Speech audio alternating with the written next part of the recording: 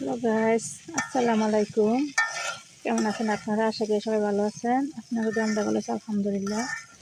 এটি তো মুরগির গিলা কলজা ভাত করুন, পুরো ভিডিও দেখবেন। রেডি হচ্ছে মুরগির গিলা কলজা। দেখুন এই যে আলু দিয়ে ভাত করুন, আলু ভাজা রাখছি আগে উঠাইয়া। এই যে আমি কষাইতেছি একটা টমেটো সেই সাথে।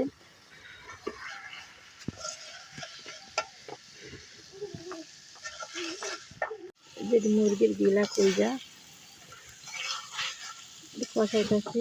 ভিডিও ভালো লাগলে লাইক শেয়ার ফলো দেবেন, বেশি বেশি করে সাপোর্ট করবেন। আর ইউটিউবে দেখলে চ্যানেলটা সাবস্ক্রাইব করবেন। আল্লাহ হাফেজ।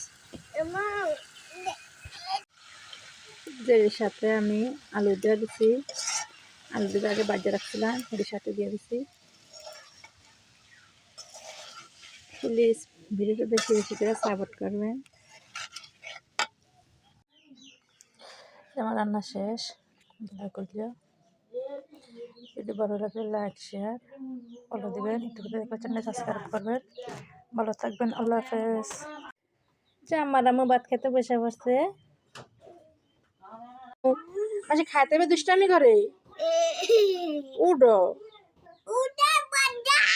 উডো আম্মু